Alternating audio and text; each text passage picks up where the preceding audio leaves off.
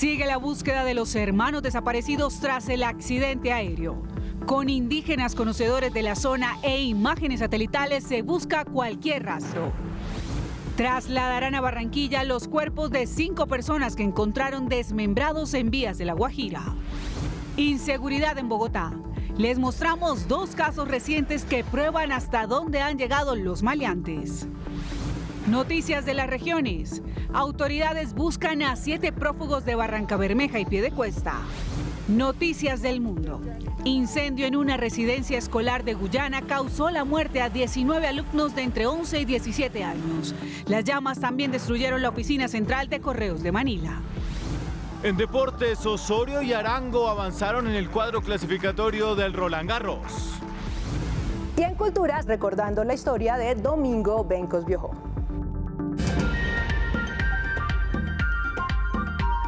Buenas noches y bienvenidos al Noticiero de Todos. El presidente de la República, Gustavo Petro, anunció que suspende el cese al fuego entre el gobierno y las disidencias de Iván Mordisco, autodenominadas Estado Mayor Central de las FARC, esto como consecuencia de la masacre de 4 jóvenes indígenas que trataron de escapar del reclutamiento forzado y que fueron asesinados en una zona rural del Putumayo. Luisa Barberi, buenas noches. ¿Qué dijo el mandatario? Damaris y televidentes, muy buenas noches. En las próximas horas se levantará el cese al fuego con este grupo armado. A través de su cuenta de Twitter, el jefe de Estado ordenó la reactivación de las operaciones militares. El gobierno explicó que trataron de convocar a los delegados de las disidencias de Iván Mordisco encargados del monitoreo del cese al fuego para informarles sobre esta decisión, pero estos se excusaron de asistir. Por medio de un comunicado, el gobierno nacional insistió en que si el cese al fuego bilateral no es efectivo en determinados territorios para proteger la vida y la integridad de toda la población, no tiene sentido persistir en ello.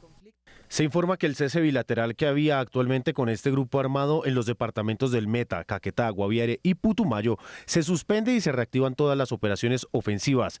Estas actuaciones serán realizadas bajo el respeto de los derechos humanos y el derecho internacional humanitario. Las disidencias de las FARC aseguraron que en la práctica el cese al fuego siempre fue unilateral, porque los operativos militares, según ellos, que dejan entrever de nuevo el paramilitarismo como política de Estado, jamás cesaron. Del mismo modo, el grupo armado ilegal afirmó que el presidente continúa con el ideal de incluir a Estados Unidos en temas que son propios de Colombia. El rompimiento unilateral desatará la guerra y se multiplicarán los muertos, heridos y prisioneros, contrario a una política de paz total. El jefe de Estado resaltó que matar niños indígenas es un delito de lesa humanidad inadmisible, al igual que reclutar forzadamente menores de edad, y reiteró el significado de un cese al fuego.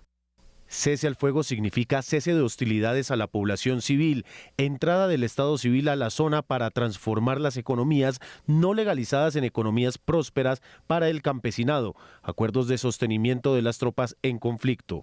El gobierno compartirá en las próximas horas los nombres de los integrantes de su delegación para la mesa de conversaciones de paz con el Estado Mayor Central de las FARC, para iniciar de manera perentoria la fase de diálogos.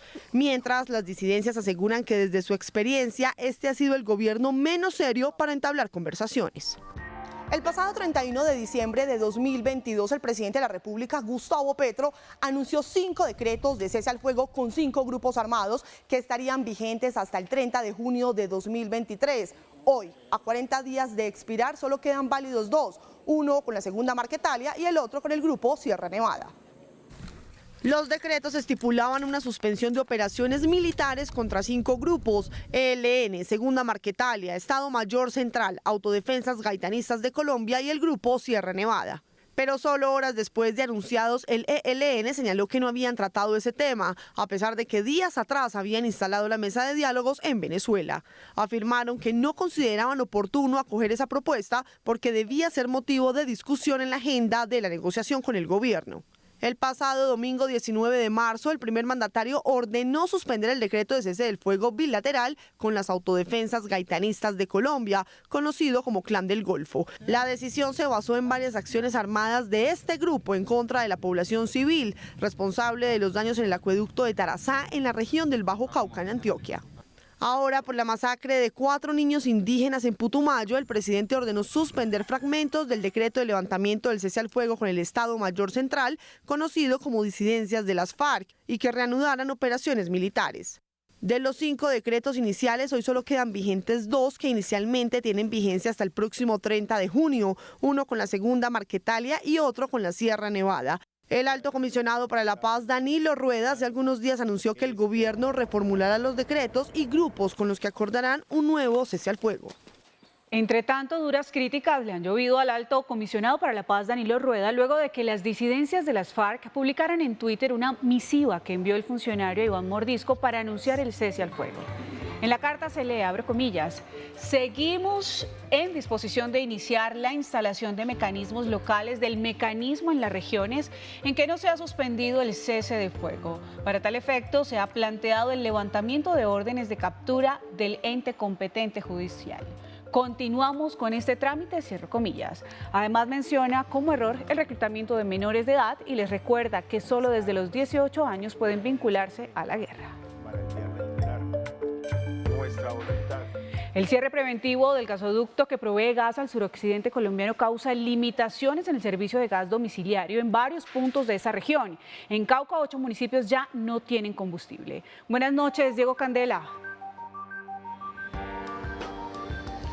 Damaris, televidentes, buenas noches. Pues mire, el panorama aquí es que en Cali, el Valle del Cauca, aún hay prestación del servicio, sin embargo está restringido. Estos municipios cuentan aún con el servicio de gas en sus hogares y también en establecimientos comerciales. Lo otro que hay que mencionar es que hay escasez, eso sí, en el servicio de gas vehicular. Solamente una estación en Cali tiene este combustible disponible. Sin embargo, también en el departamento del Cauca, además de esos 8 municipios que no cuentan con el servicio, hay 6 más que tienen racionamiento, al igual que 2 veredas en un municipio del departamento de Nariño.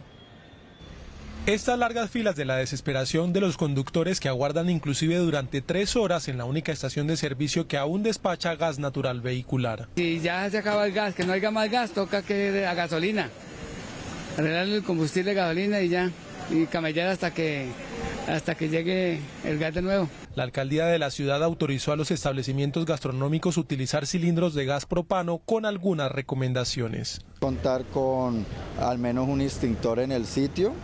2, el personal que labore en la cocina tenga la certificación de manipulación de alimentos y de conocimiento del manejo de este extintor. 3, máximo podrá tener conectado una pipa de 40 libras. Hasta el momento en los municipios de Valle del Cauca no reportan suspensión en la prestación del servicio y en la capital del departamento las autoridades hacen seguimiento para evitar la especulación de precios en cilindros de gas, ollas arroceras y freidoras de aire. Mire, y es que recientemente el presidente Gustavo Petro expresó a través de su cuenta en Twitter que la suspensión del gas en la zona cafetera es por una medida preventiva de TGI y hay altas temperaturas volcánicas y emisión de gas metano en un punto cerca del paso de la tubería de Caldas. Por su parte, también el Servicio Geológico Colombiano indicó también a través de su cuenta en Twitter que tras los análisis realizados ayer 21 de mayo y después de 5 comisiones en terreno que iniciaron el 13 de mayo, encontramos que la anomalía de temperatura no está relacionada con la actividad del volcán Cerro Bravo o del volcán Nevado del Ruiz, ubicado a 22 kilómetros de distancia. También los análisis geoquímicos muestran que en ese punto hay concentraciones de gas metano muchísimo mayores a las de áreas volcánicas, así como la ausencia de gases volcánicos como el dióxido de azufre. Además, el monitoreo volcánico indica que Cerro Bravo continúa estable. Eso es lo que ha dicho el Servicio Geológico Colombiano. Nosotros seguimos aquí pendientes de toda la información con la prestación de este servicio en el suroccidente colombiano. Desde Cali, Diego Candelo Mesa, RTVC Noticias, conectados 24/7.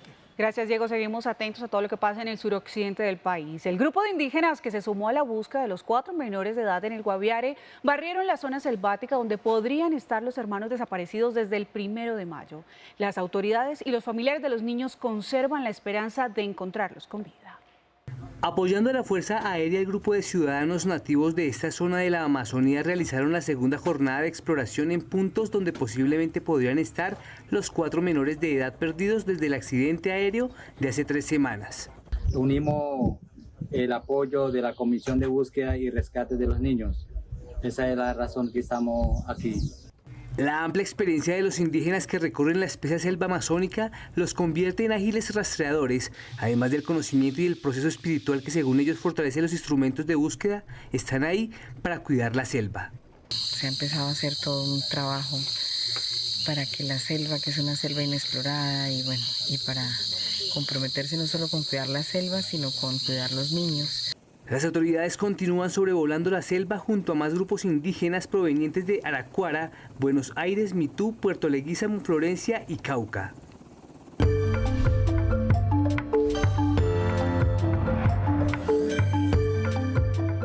Luisa, volvemos a esta hora con usted porque el presidente de la República, Gustavo Petro, trinó sobre varios temas importantes como apoyo de Estados Unidos para mejorar la interdicción, reforma a la salud y cuidado de zonas de firmantes de paz. ¿Qué dijo el mandatario? Damaris y televidentes, así es, el presidente aseguró en su cuenta de Twitter, abro comillas, se pierde más en Colombia por anuncios para que no vengan turistas que lo que entrega el Congreso en aportes. Si disminuye el turismo, se abre más la opción de la producción de cocaína. Por eso proponemos ayuda en armas e inteligencia para la interdicción de drogas y toda la ayuda civil para la reforma agraria, cierro comillas. Adicionalmente, el mandatario se basó en una publicación de la revista científica The Lancet para destacar un tema clave de la reforma a la salud propuesta por su gobierno. Aseguró, abro comillas, vuelve a decirnos que la atención primaria en salud es la piedra angular de un modelo de salud capaz de afrontar las pandemias, cierro comillas. Por último, el jefe de Estado confirmó la entrega de una nueva zona de reserva campesina en Huejar Cafre, ubicada en Puerto Rico Meta, que fortalecerá una policía especial de paz para cuidar todas las zonas de concentración de excombatientes, firmantes de paz, zonas de reserva campesina y zonas de reforma agraria. Damaris y televidentes, por el momento es toda la información. Regreso con usted, Luisa Barberi, RTVC Noticias, conectados 24/7.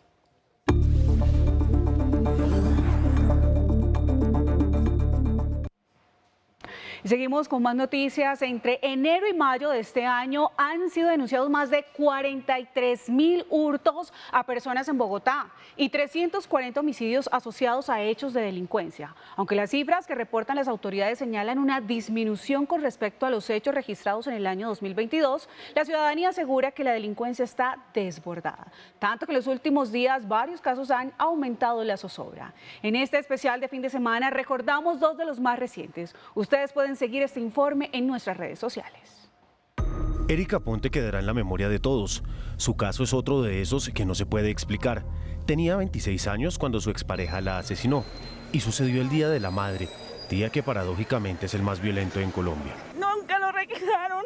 Él estuvo el sábado en la noche porque él la iba a matar ese día. Erika vivía con un miedo constante desde hace mucho tiempo.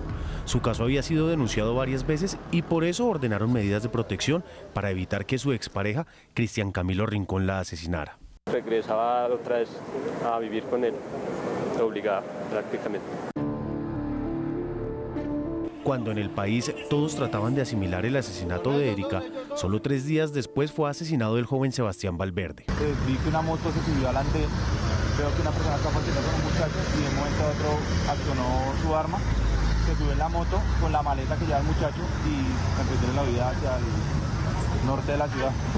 Como el de Erika, el homicidio de Sebastián es otro de esos que continuamente aparecen en los medios nacionales. Otro joven de esos que ya no podrá cumplir sus sueños. Hubiera sido noticia si lo hubieran dejado, no por esto que le pasó, sino estoy seguro que él hubiera sido noticia en algún momento porque representó a Colombia en algún desarrollo de programación, un concurso de programación a nivel internacional. Sebastián había logrado una beca. En su maleta solo llevaba trazos de sus dibujos de estudio y una suma cercana a los 2 millones de pesos que lo pusieron en el radar de los delincuentes. Seguramente lo estaban siguiendo en el centro comercial y cuando salió fue que... Sí, o sea, eso es fleteo sí o sí. De la existencia de este dinero y de la transacción que hizo el joven en una casa de cambio, solo sabían 2 personas, Sebastián y su mamá. Entonces, ¿qué pasó? Es prioridad que empiece la investigación por la casa de cambio. Pero el caso de este joven de 19 años, que soñaba con ser un reconocido programador de videojuegos, reveló que en el mismo sector otros hechos han ocurrido. Me hurtaron el dinero que cambié, adicionalmente pues todos mis documentos de identidad, también las tarjetas de crédito y débito y sustrajeron dinero de algunas cuentas que yo tenía a mi nombre. Las investigaciones están avanzando en este caso.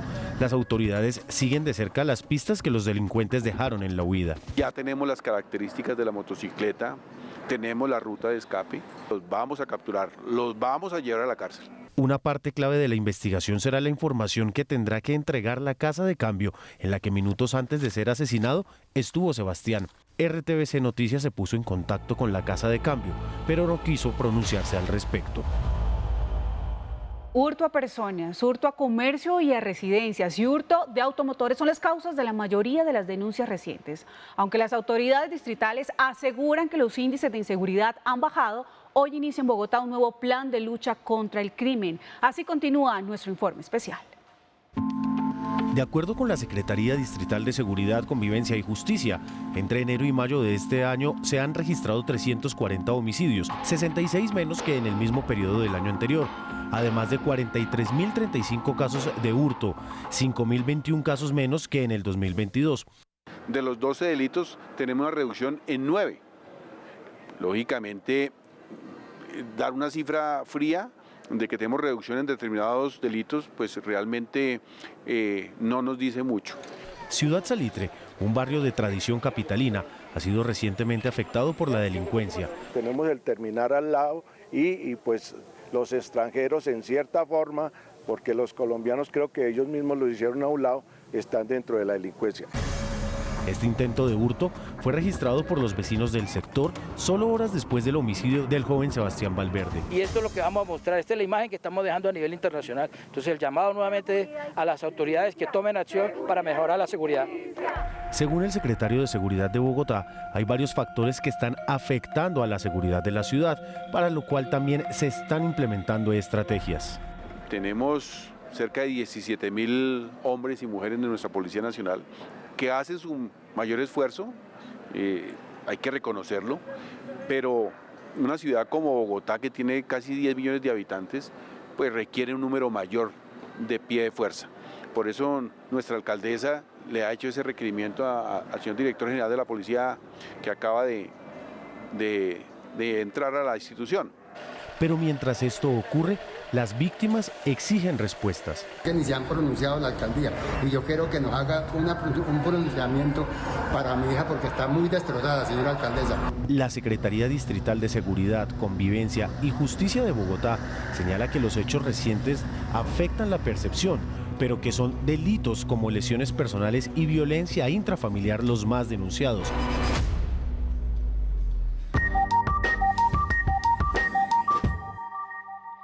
Siete y 18 en Santander buscan a 7 presos que se fugaron de las estaciones de policía Barrancabermeja y Piedecuesta. Joana Niño desde Bucaramanga, buenas noches.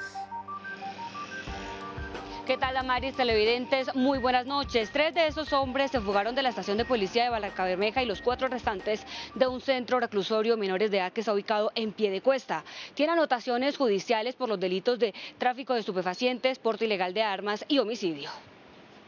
En Barrancabermeja, 3 hombres esposados a un tubo de hierro de una estación de policía se soltaron y huyeron. Estas personas son Anthony y Richard Díaz por el delito de porte ilegal de armas, el señor Harold Andrés Calderón por el delito de homicidio y el señor Wilson Chaparro Salcedo por el delito de porte y tráfico de estupefacientes. La audacia de los delincuentes les permitió llegar hasta el río Magdalena para escabullirse. En este lugar, las autoridades perdieron su rastro. En Piedecuesta, 4 internos de la Correccional de Menores FEI hicieron un hueco en el tejado y se fugaron. En otras noticias, en Piedecuesta se presentó un incendio que consumió un salón de eventos, la edificación de 2 pisos. Según las autoridades, la conflagración se pudo presentar por un cortocircuito y fue necesaria la presencia de 11 hombres y 5 maquinarias bomberiles para poder controlar las llamas por un trabajo que duró aproximadamente 5 horas. No se registró ninguna persona herida, solamente pérdidas materiales. Esa es toda la información. Desde Bucaramanga, soy Joana Niño para RTVC Noticias, conectados 24/7. Gracias, Joana. Feliz noche. Ahora vamos a Barranquilla porque la costa amaneció con una terrible noticia. Hallaron cuerpos desmembrados en La Guajira. Zainia Gámez, buenas noches. Luego de examinados estos restos, ¿van para Barranquilla? Hola Maris, muy buenas noches. Sí, estos restos llegarán hasta las instalaciones de medicina legal ubicados en la ciudad de Barranquilla. Recordemos que aún no han logrado ser identificados. La población encontró en las últimas horas 4 sacos que en su interior habían 5 cuerpos, al parecer con signos de desmembramientos. El grupo interdisciplinario de criminalística de la Regional 8 en la ciudad de Barranquilla ya se encuentra al frente de estas investigaciones para poder esclarecer los hechos. Hay que recordar también que esta zona rural del departamento de La Guajira se siente atemorizada porque el pasado 15 de abril también encontraron 4 cuerpos oriundos de la ciudad de Santa Marta. Estas personas tenían antecedentes delictivos. Esto es todo lo que se sabe hasta el momento sobre esta lamentable noticia que se registró en el departamento de La Guajira. Pero en otras noticias, esa vez del departamento del Atlántico, otro lamentable hecho se registró en el municipio de Candelaria. Un menor murió asfixiado con una semilla de mamón. El menor fue trasladado hasta el centro asistencial más cercano donde murió. El ICBF le hace un acompañamiento a las familias.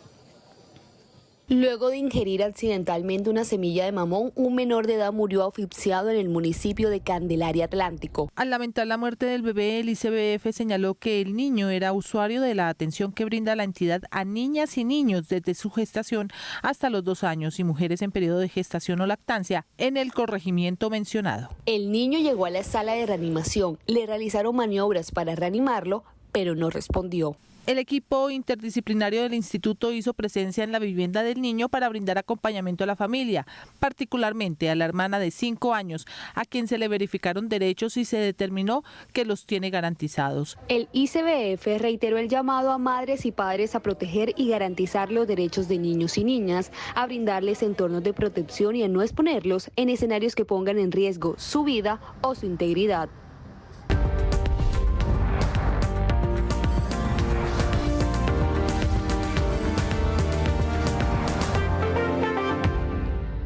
...19 jóvenes murieron y otros 21 resultaron heridos en medio de un incendio en una escuela de Guyana. Los organismos de socorro tuvieron que atender la conflagración que inició en una residencia estudiantil del centro del país, en la que las víctimas fueron jóvenes entre los 11 y 17 años.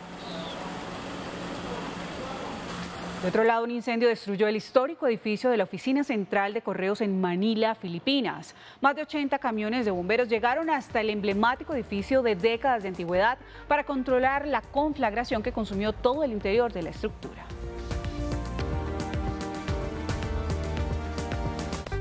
Las autoridades mexicanas elevaron el nivel de alerta ante la creciente actividad del volcán Popocatépetl, que podría afectar la aviación y la población incluso alejada. El volcán Popocatépetl es considerado como uno de los más peligrosos del mundo debido a que unos 25 millones de personas viven en un radio de 100 kilómetros. Va a hacer un recorrido por la zona, va a estar por Puebla, el general Sandoval, secretario de la Defensa. La Secretaría de Defensa Nacional de México movilizó alrededor de 500 militares al estado de Puebla para prepararse ante una posible emergencia. Con la nueva fase de alerta amarilla, las autoridades prevén explosiones leves a moderadas que lancen fragmentos en los alrededores del cráter, lluvia de ceniza en poblaciones aledañas y en algunas ciudades lejanas, además de riesgos para la aviación. Por lo que llegué a escuchar en la televisión, pues estamos en fase 3, es lo que habían comentado. Decenas de albergues ya fueron habilitados en la zona de influencia del volcán desde la noche del pasado viernes, mientras que el sábado el Aeropuerto Internacional de Ciudad de México tuvo que suspender sus operaciones durante unas horas. Por su parte, los gobiernos de los estados de Puebla y Tlaxcala suspendieron clases presenciales de todos los niveles educativos por la caída de ceniza.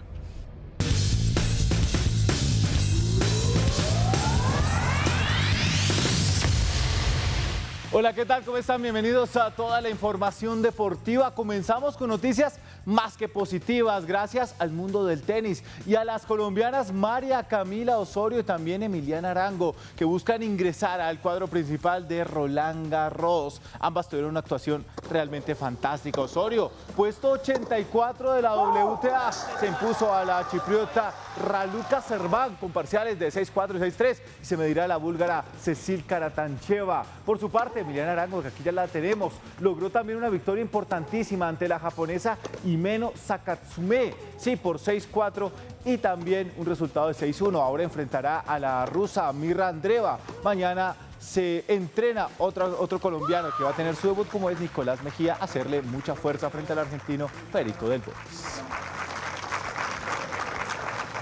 Dejamos el tenis y hablamos ahora de nuestra liga colombiana porque iniciaron los cuadrangulares marcados por una empatitis crónica. Nadie sacó diferencias y varios partidos quedaron envueltos en la polémica. Aquí la crónica de la jornada al estilo RTVC Noticias. En Tunja, Chico hizo malabares, pero América se fue con un punto vital. Nos faltó ahí en ese momento la tenencia de pelota para también complicarlos y elaborar un buen contragolpe. Y los Escarlatas su mano trabaja, pues Luis Paz se fue expulsado en la capital de Boyacá. Creo que al final de cuentas el empate es justo. En el Atanasio Girardot se ratificaron las preocupaciones de un Millonarios que no aprovechó cuando tuvo 2 veces el marcador a favor. Hacer 2 goles de visitante y irse con un punto duele, pero hay cosas para corregir. Mientras que el resultado y los goles fortalecen al poderoso. Quisimos proponer desde el minuto 1 ir por el partido, pero tenemos claro que enfrentamos a quizás al mejor equipo o al que mejor juega en Colombia. En el grupo B todos tienen un punto. En el A, el primer duelo terminó con polémica por este gol que fue y no valió para Nacional. De paso, los locales empataron a último minuto. El fútbol es así, va a haber partido que quizá nosotros vamos a ganar en el último minuto. Entonces yo no acostumbro lamentar esto. Semana de descanso para unos y de copas internacionales para otros. Sigue la pelea por la estrella de mitad de año.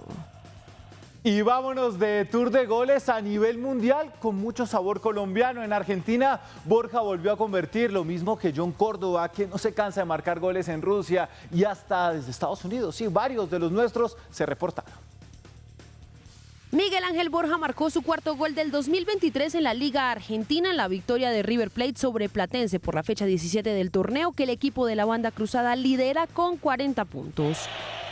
En Rusia, de nuevo, John Córdoba fue figura. Anotó el 2º gol del triunfo del Krasnodar, que venció 3-0 a Rostov. El nacido en Izmina suma 13 tantos en lo que va de la temporada. En Estados Unidos, 3 colombianos fueron protagonistas. Andrés Felipe Reyes abrió el marcador de los New York Red Bulls al minuto 23. El equipo ganó 2-1 a Montreal. Este es su 2º gol de la temporada. DC United venció 3-0 a LA Galaxy y Cristian Dajome se reportó dentro de los anotadores del juego. Este es su primer tanto vistiendo los colores del equipo de la capital. Otro que también anotó su primer gol, pero con FC Dallas, fue Jordan O'Brien. El nacido en María la Baja, Bolívar, ilusionó a la afición con el gol al minuto 53. Houston Dynamo empató el juego al 85.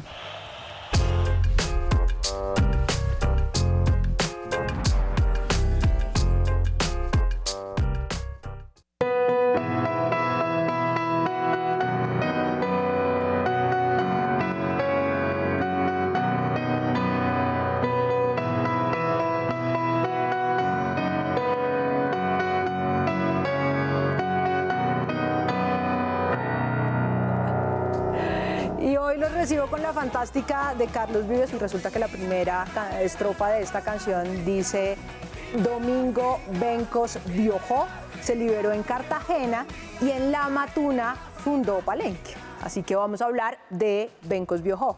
Este era uno de esos negros que fue esclavizado durante la época de la colonia, que era comprado por los europeos para trabajar en las minas o para estar al servicio doméstico. Él había nacido en Guinea, pero lo habían raptado unos portugueses que comerciaban con personas, con esclavos, y lo habían vendido en Cartagena a una familia de españoles. En algún momento este hombre se rebeló y dijo: no, yo quiero ser libre, me cansé de los maltratos. Se unió con otro grupo de esclavos y se escaparon y se fueron hacia la sabana, donde no pudieron encontrarlos. Obviamente los españoles hicieron sus brigadas para ir a encontrarlos, mandaron el ejército, pero ellos lograron esconderse también, que no dieron con ellos. Esos asentamientos de negros esclavos que se escapaban y que se convertían en cimarrones, ese era el nombre que les daban, comenzaron a llamarse palenques. Y a partir de esos palenques, pues comenzaron ya a hacer grupo, y cuando uno es grupo, pues puede luchar por tener ciertas garantías, porque hasta ese momento eran libres, o sea, no los esclavizaban, pero pues no había forma de garantizar su vida, porque todo el mundo los estaba persiguiendo y si los encontraban, pues los mataban. Entonces, Domingo Bencos viajó, fue uno de los primeros que logró negociar con las autoridades para que los dejaran vivir alrededor de Cartagena y también para que los dejaran moverse por el territorio nacional sin que los persiguieran. Así que bueno, recordemos nuestra historia.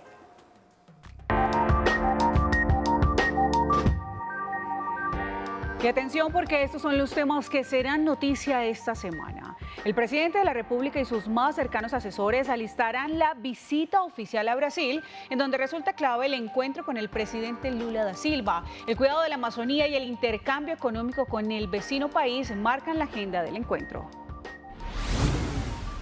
Y este martes quedarán definidos los 8 equipos que disputarán los cuartos de final de la Liga Femenina en Colombia. 5 equipos se pelean por el último cupo en el grupo de las 8 mejores del fútbol jugado por mujeres. Hasta aquí esta emisión RTVC Noticias. Feliz noche.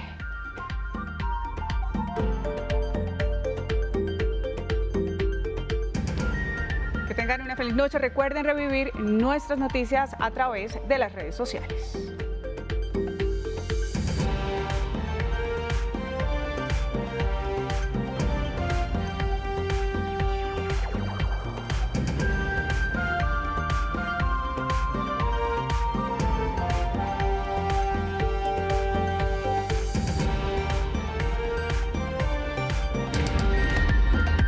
RTVC Noticias, emisión fin de semana.